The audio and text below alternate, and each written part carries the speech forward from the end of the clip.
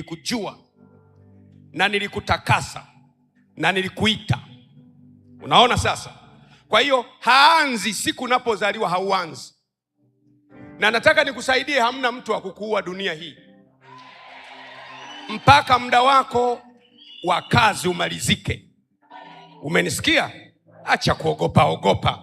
Dunia hii wa kukuua hajazaliwa bado, mpaka ile kazi uliyotuma, kwa sababu usipokamilisha hiyo kazi, aliyefeli ni Mungu, na Mungu hafeli. Mungu hafeli.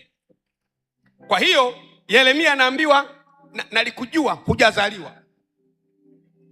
Na anasema na nilikuita na nikakutakasa na nikakuweka kuwa nabii wa mataifa kabla hujazaliwa. Kabla hujazaliwa ulikuwa wapi? Yaani hata tumboni mwa mama haupo, uko mbinguni. Ndiyo maana kila kilichozaliwa na Mungu hushinda ulimwengu.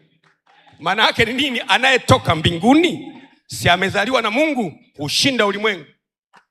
Na Biblia inasema kila aliyezaliwa na Mungu hatendi dhambi, wala yule movu hamgusi. Na ndiyo maana wewe ukikosea unajisikia kuumia, kwa sababu sio wewe uliyekosea, ni mwili wa nje umekukosesha. Ndiyo maana roho iradhi, yani roho inataka kuomba, roho inataka kufunga, roho inataka kumtafuta Mungu. Mwili usingizi, mwili hekima. Tumia hekima, uwe makini, usije ukaishi muda mfupi au mrefu. Umefanya nini ndio cha maana. Mfupi au mrefu, umefanya nini duniani? Afadhali uishi siku moja utimize kusudi.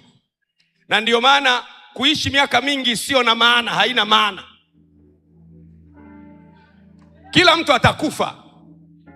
Kwa maana hiyo ya kutoka ndani ya mwili ganda. Hili ganda unaoliona, ganda hili lina expiry date. Sijui kama mnanielewa. Siku utakapokwenda kununua dawa dukani, cha kwanza kuangalia siku ya kuexpire. Lina expiry date. Ukiangalia hivyo unaona 2026 mwezi wa 5. Unasema hii imekaribia kuexpire. Hata mwili huu una expiry date. Siku za mwanadamu, mtu aliyezaliwa na mwanamke ni 70. Kama tuna nguvu sana 80. Kwa hiyo hili ganda lina siku ya kuexpire, ila wa ndani haexpire. Wewe utaishi milele, na lile shauri la mtu wa ndani ndio linauongoza mwili. Mwili hautaki kumuongoza mtu wa ndani, roho ndio iongoze mtu wa ndani, iongoze mtu wa nje. Unanielewa? Mungu anakufahamu wewe kwa jina, mpaka idadi ya nywele zako. Lakini wewe unavunjwa moyo na kushindwa. Ukishindwa, amka tena, anza upya. Usiwaze kwamba jamani nimeshindwa, Mungu jamani, hivi mbona wokovu ni mgumu sana jamani, itakuwaje? Sikiliza nikwambie vizuri sasa. Nisikilize vizuri.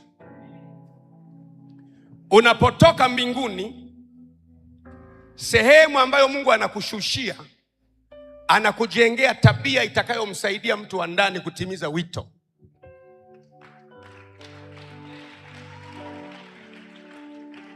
Usilaumu kabila yako, wala usimwone baba aliyekuzaa maskini.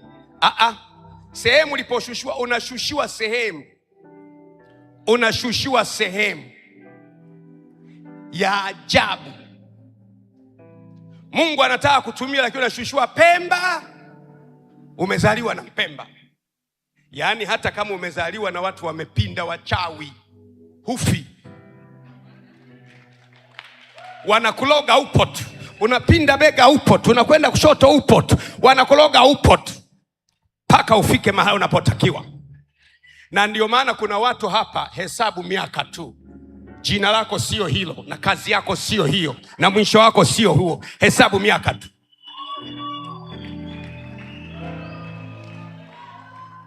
Hata kama ukikimbia mechi, malaika watakuchukua, wanakuambia wewe kwa wito wako ingia kwenye mechi hapa. Usiweke mpira kwa pan.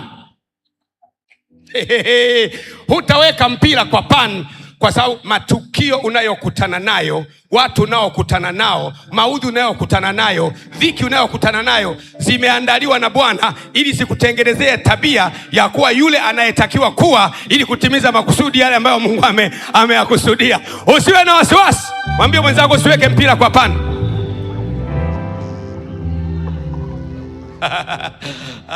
Mimi siweki mpira kwa pani ndugu yangu. Mechi inaendelea. Aliyenielewa sema haleluya. Aliyenielewa sema haleluya. Wewe hebu sema mimi nitakuwa yule yule niliyepangiwa kuwa, haijalishi upinzani na watu wanasemaje. Hebu sema kila anayenipinga ananiwahisha kuwa yule niliyekusudia. Maneno haya yatimie masikioni mwako sasa hivi kwa jina la Yesu.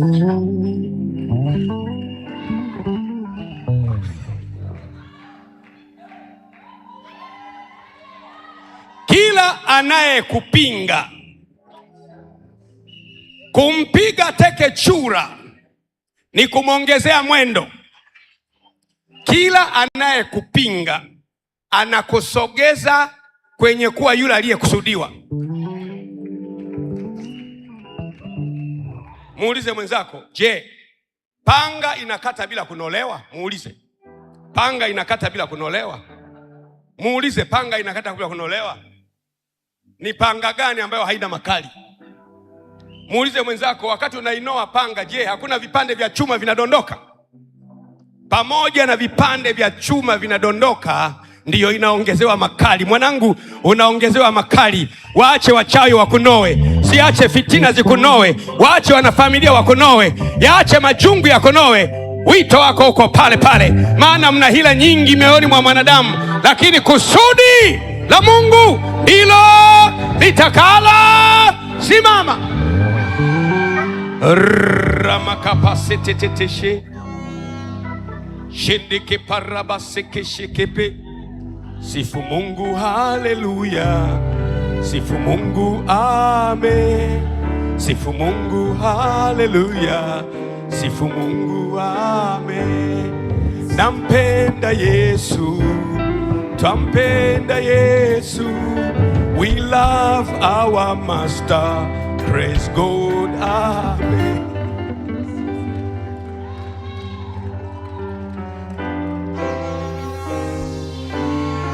Mwambie mwenzako unanolewa. Rudia tena. Rudia tena. Niulize swali.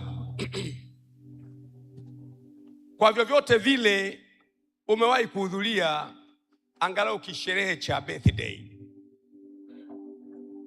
Kama ukuwahi kuhudhuria birthday, angalau sherehe ya harusi. Hata kama ukupata zote hizo, angalau kipaimara. Yaani kuna kasherehe fulani ulihudhuria, hakuna hata sherehe moja ulipohudhuria badala ya kukata keki wakakata ugali.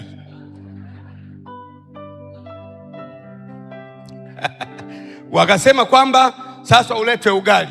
Kwani ugali haukatiki? Mbona unakatika tu na kisu vizuri tu. Kikakatwa kipande cha ugali, bibi harusi akalishwa, itakuwa kituko cha mkoa.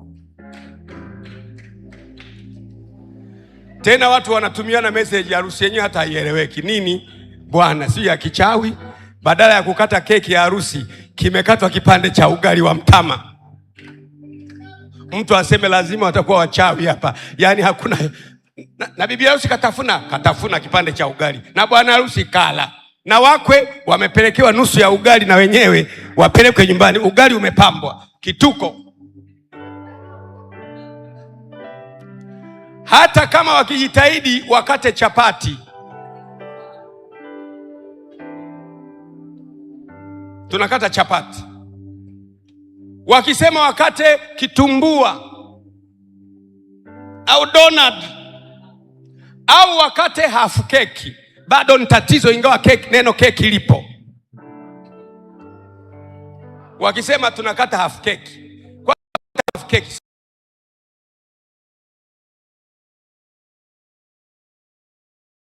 nini hafu?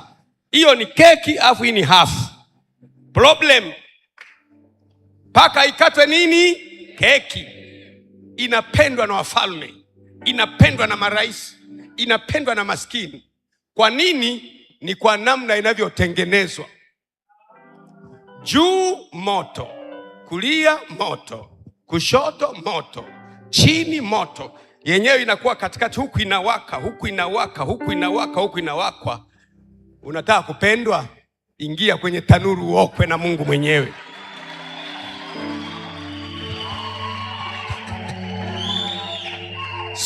Sio unaelea kwenye mafuta tu kama kitumbua eti mpaka ugeuzwe. Sio mambo ya kugeuzwa. Yaani huku moto, kulia moto, tu moto, moto.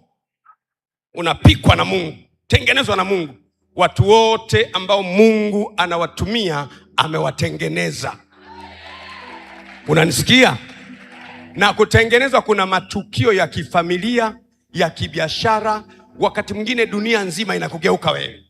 Baba haeleweki, mama haeleweki, dada haeleweki. Unamwangalia mama, unasema hivi ndiye aliyenizaa kweli huyu? Hapana. Unamwangalia baba, hivi kweli huyu ni baba yangu? Hapana. Unaangalia dada zako na kaka zako, hivi kweli hawa ni wenzangu? Wako tofauti. Unatengenezwa. Wanamwambia Yusufu, acha muota ndoto anakuja, tumuue, tuone ndoto zitaishia wapi. Kuna wakati mwingine Mungu anatumia kwa kutengeneza watu usio watarajia. Tulia utengenezwe. Yaani mume wangu siku hii simwelewi, unatengenezwa. Mungu anapokushusha duniani, ile sehemu anayokushushia ina uhusiano na kusudi utakalokuwa unafanya. Yeremia anaambiwa hivi, tangu hujaingia tumboni mwa mamako nalikujua na nalikutakasa na nimekuita uwe nabii wa mataifa. Ina maana kule mbinguni mama Yeremia na baba Yeremia wanakutana, Mungu anasema napeleka mtu duniani. Na ndiyo maana watu wengine kusudi lako limechelewa kwa sababu unagoma kushushiwa sehemu sahihi. Unagoma. Unasema hapa kuna hatari sana hapa. Tutafute sehemu soft. Sisi wenzako penye hatari ndio hapo sasa. Paulo anasema kwamba nimepata hatari nyingi. Nimewahi kukaa chini ya kilindi cha maji usiku na mchana siku 16. Nimewahi kupigwa viboko 40 kwa Wayahudi. Nimewahi kupata shida kwa ndugu, hatari ya ndugu, hatari ya wahubiri nimewahi kupata. Lakini neno moja tunajua, mwilini wangu nimezivaa chapa zake Yesu. Lazima utimize kusudi lako la wito wako. Shout hallelujah. Shout hallelujah. Mwangalie mwenzako, mwambie wewe kusudi lako linatimia kwa jina la Yesu. Hebu angalia andiko hili.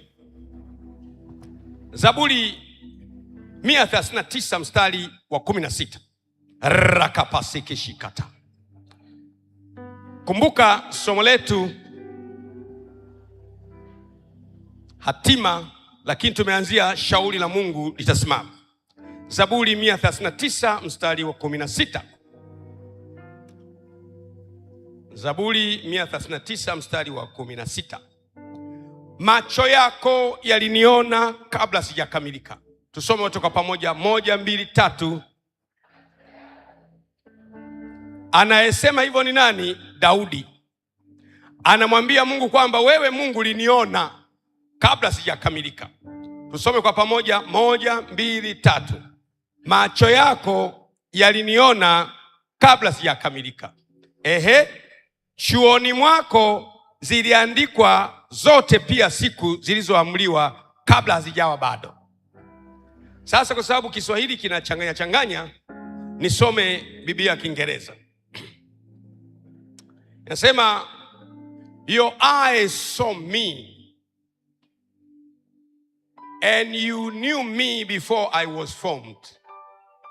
In your book all my days were written before they began. Anasema Bwana uliniona kabla sijaumbwa, na kwenye kitabu chako mambo yangu yaliandikwa hata kabla sijaanza kuyafanya. Ina maana kuna kitabu cha hatima yako mbinguni.